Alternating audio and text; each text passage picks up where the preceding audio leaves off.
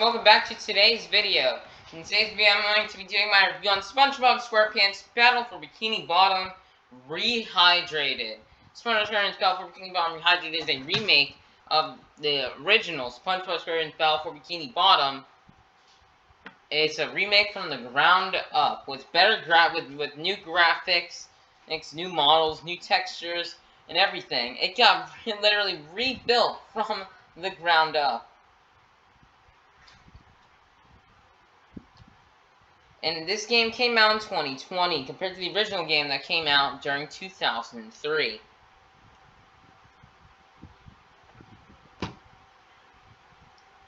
This game's plot and storyline would remain the same of the original Battle for Bikini Bottom, where Plankton creates an army of robots that don't obey him, and they wreak muck throughout Bikini Bottom. So it's our goal for SpongeBob, Patrick, and Sandy to stop them. All this game's dialogue, and cutscenes and all the locations and stuff is exactly the same from what we saw in the original. Everything is the same, except for the voice acting and some of the physics and stuff like that. Some of the physics, models, textures, graphics are not the same, but most everything about the plot and dialogue from the original game is the same. So, yeah, so this game came out in 2020 on the PS4, Nintendo Switch, Xbox One, PC. This also, I think you can even get this on PS5, Xbox Series X, and that's what this game came out on. The game got announced June 5th, 2019, and was released over a year and 24 days later. The game was released.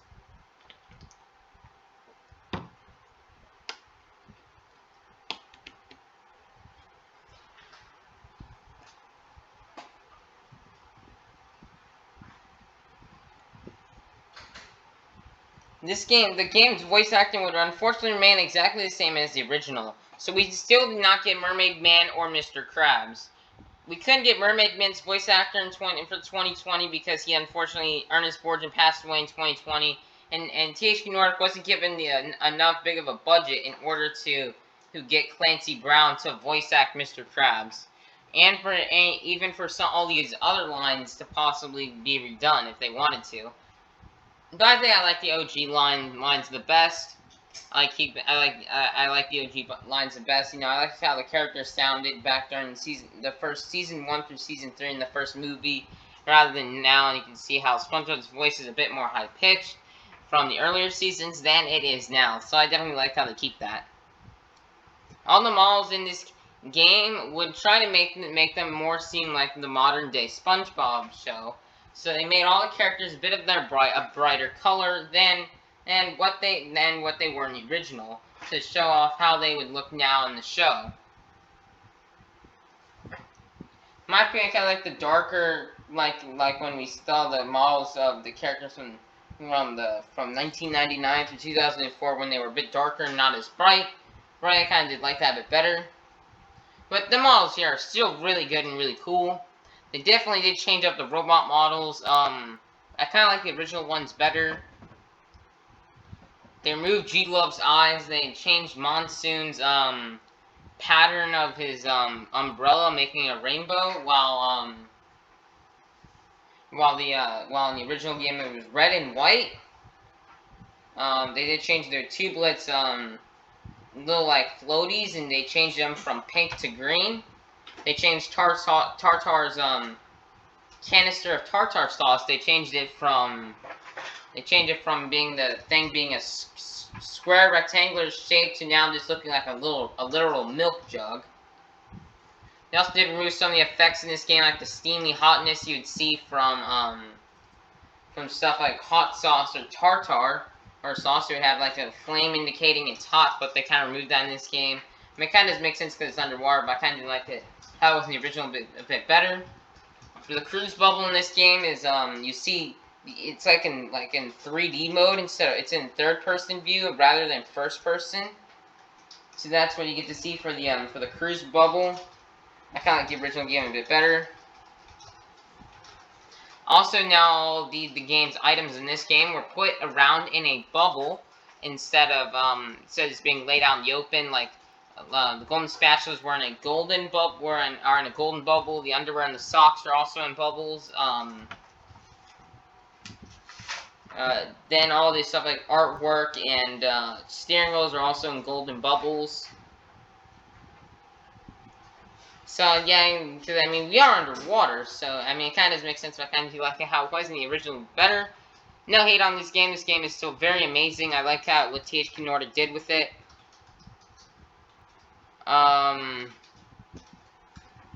Also for the shiny objects in this game, they removed the shiny objects, the shininess, and so yeah. So now they're just a plain color. They're not like shiny as like they were in the original.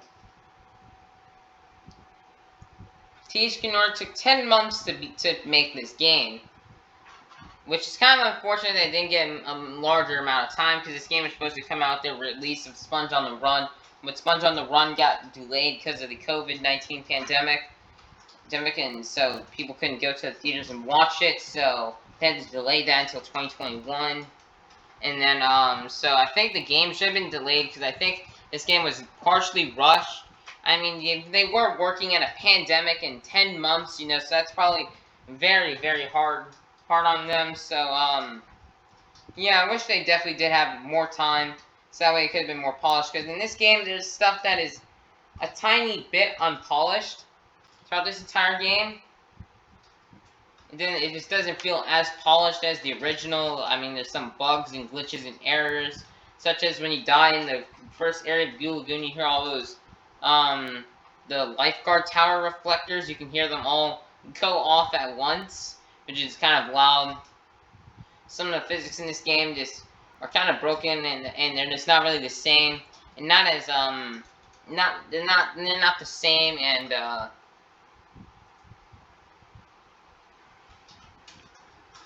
not the same and not as polished as what we saw in the original Battle for Bikini Bottom.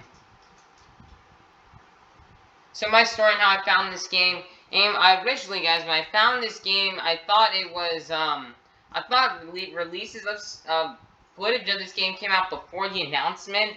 I used to think No Life 4's, Bikini Bottom HDR was the actual game of Rehydrated. I was only 10 years old, so I kind of didn't know that much about what a mod of a game was, so, so yeah, so I really thought it was that. Then I found the original announcement. I also thought the game was already announced way earlier on through one of Fred5107's videos. I don't know what that computer sound was. I don't think that was mine. So I thought the game was already announced before it actually got announced. When I heard the original game got announced back on June 5th, 2019, I kind of didn't like the announcement as much, but I would have rather seen a remake of a game like Revenge of the Flying Dutchman. In my opinion, that game actually deserved a remake more than this game because of how buggy and bad graphic that game was, and how some of the things don't make sense about, like how the Dutchman lives in a bottle and some stuff like that, which the Dutchman doesn't live in a bottle, lives on a ship. Not some bottle like a genie would, so yeah, I definitely think they should have fixed that and not have done that. They should not have done that back in the original release of the Revenge of the Flying Dutchman. So I really thought that game needed a remake more, but I eventually came to the liking of this. We'd eventually get more footage and information later on throughout the year. We got the original announcement on June 5th, 2019.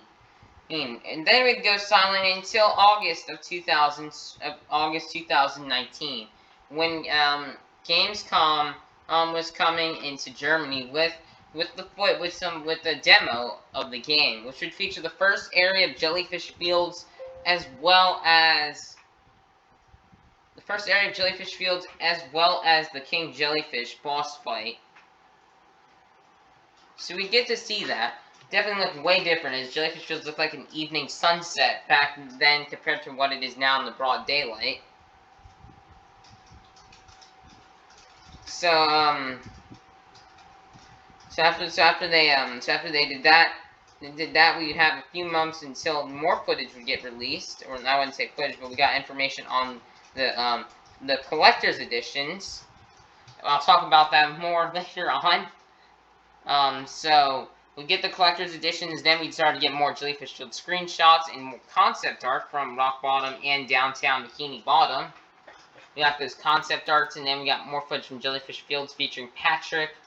Then in March 2020, right before COVID hit, we ended up getting, there's some game thing, I can't remember what it was called. Oh, yeah, it was PAX East, yeah.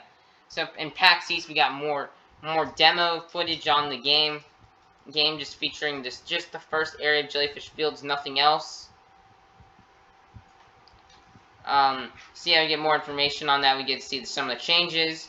Then, right during the beginning of the COVID pandemic, THQ Nordic posted some gifts of the game, including Jellyfish Fields Zone 1, the Murmelair, where Patrick on the tilting platforms in the Murmelair, where he had to use a third fruit to do all the funnel machines for Mermaid Man, as well as Sandy in Sandy's Dream and Sandy in Industrial Park from the Robo Patrick boss.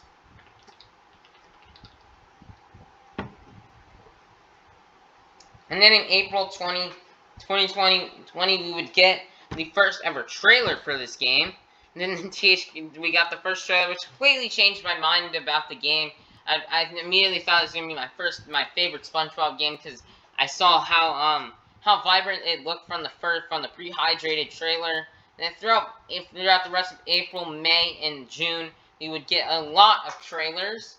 Some preview trailer levels, like of Jellyfish Fields, Downtown Bikini Bottom, and Goo Lagoon, and Rock Bottom and Kelp Forest. We got boss trailers, cutscene trailers, trailers dedicated to SpongeBob gameplay, trailers dedicated to Patrick gameplay, multiplayer mode, Sandy gameplay, the robots, the release trailer.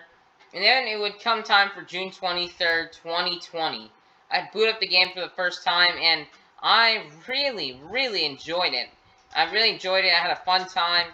Until then, my walkthrough came. Because back then, I would pretend like I was a YouTuber, and I would, pretend I was, filming and doing my own walkthrough. So back in 2020, during my own walkthrough of the game, I had made, the walkthrough would practically be the same as what you did see on my walkthrough series on YouTube. But the thing was, I just made it past the industrial park area. I did a practice walkthrough of the game before I actually played it, where I would go through, where I'd 100% Bikini Bottom, Jellyfish Fields, Downtown, Goo Lagoon, Rock Bottom, Murmelair, Sand Mountain, and Industrial Park, and not do any of the latter levels of Kelp Forest, Dutchman's Graveyard, or SpongeBob's Dream. So I'd go through the game. I'd made it to around part 17, where I had defeated the robot Patrick boss fight. But then later on that day, I ended up having a lightning strike a tree outside my house, which ended up frying my PS4. So I lost all my data for Rehydrated, as well as all my Steel Titans 1 data, which was kind of disappointing, because on Steel Titans 1 I had just I had just gotten all the upgrades I needed for my All-Star Challenge coming up that year in Glendale that I was going to do on Steel Titans, but I had to do on my full tilt because didn't have enough time to get all my work back to try to unlock all the trucks. Yeah, it's more about this lightning striking a tree thing. I'll talk about more about that in my All-Star Challenge announcement video. So yeah, that'll be coming up around in September. So stay tuned for that.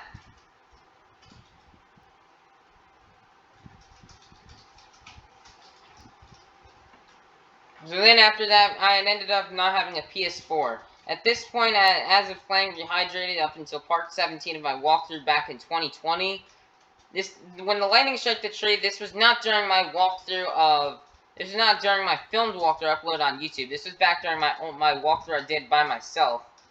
That I did not film that I did back in 2020.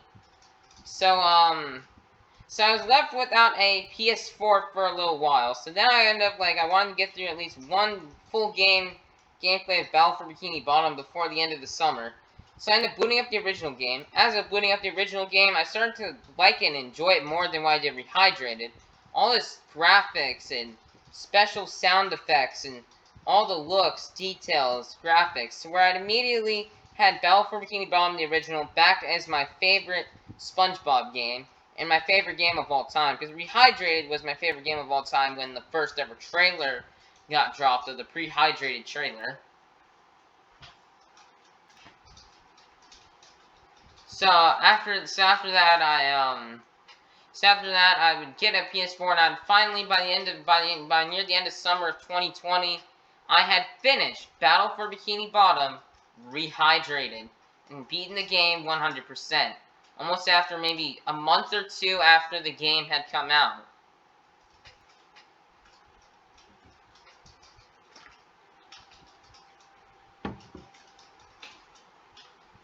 For Rehydrate, after that, I played the game again after winter break in 2020 and in 2021. Doing that playthrough after winter break 2021, I did another playthrough of Rehydrated back in 2021 before I'd gotten my YouTube channel. On July 5th, 2021, I ended up getting my YouTube channel, and a few weeks later, I was doing after my World Finals 22 and Truth or Square, where I had my friend Jackson come over. I kind of didn't have anything to do, really, since unfortunately my friend Jonas wasn't available. So then I decided, how about I set up my iPad if we were going to do the multiplayer mode. So we did. Me and Jackson would do the multiplayer mode and upload it to YouTube. It would mark Jackson's first ever appearance on the channel.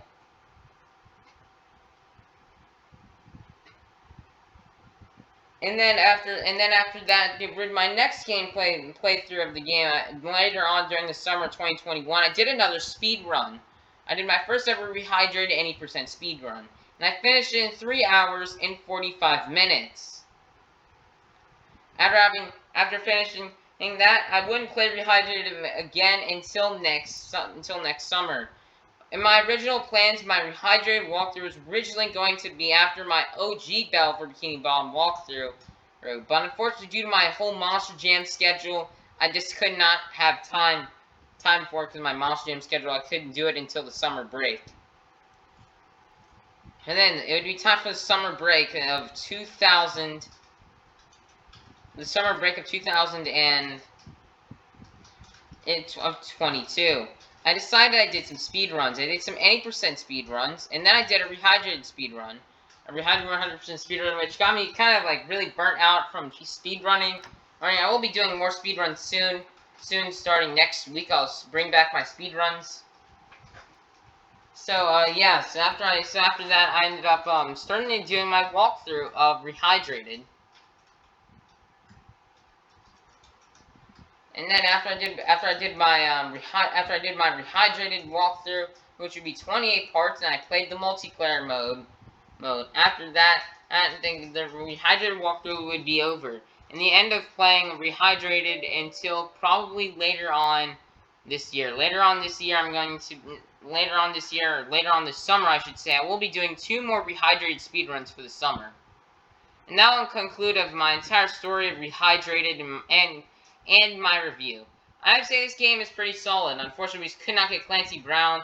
We couldn't get cut content. We didn't get as good as the multiplayer mode. It's not as good as the original, but I have to give this a solid 9 out of 10. This would be my second ever favorite SpongeBob game. I'm really happy this game came out. If it weren't for Rehydrated, I don't know what would happen if it weren't for Rehydrated. Rehydrated almost kind of like revived, almost like my interest in SpongeBob. Who knows if I would still be interested in SpongeBob to this day if it weren't for Battle for Bikini Bottom Rehydrated. I don't know if this channel would not have existed without Rehydrated.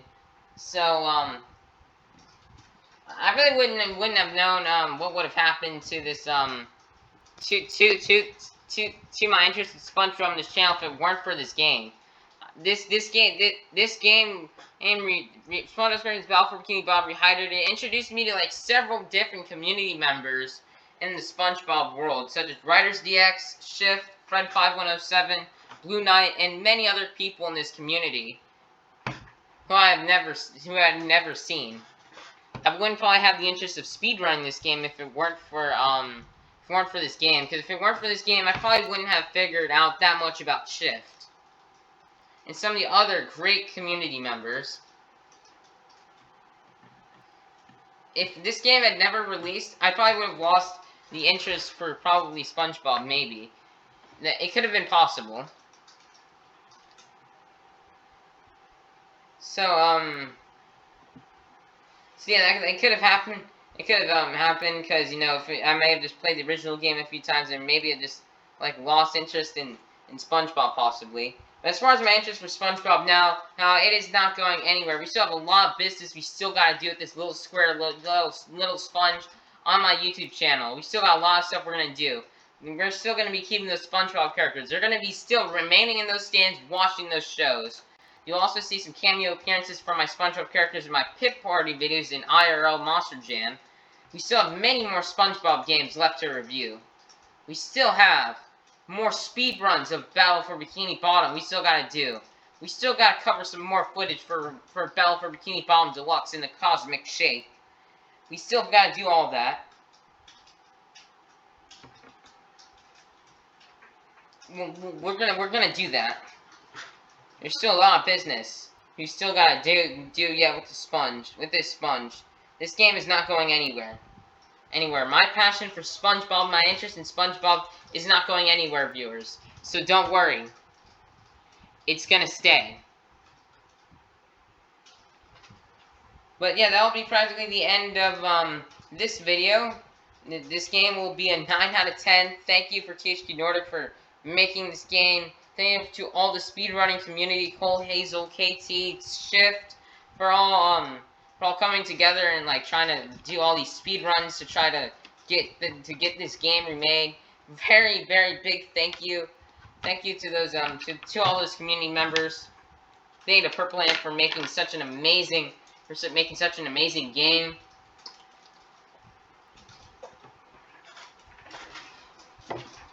You know, there's a lot of thanks. I'm really happy this game existed. We cannot wait for the Cosmic Shake. That'll probably be the end of my summer reviews for SpongeBob games. Next summer, I'm probably going to be doing reviews for Revenge of the Flying Dutchman, the movie game, Creature from the Krusty Krab, Plankton's Robotic Revenge, and Hero Pants. Maybe Cosmic Shake if that comes out. But that'll be the end of this video. We'll see you next time. Peace out.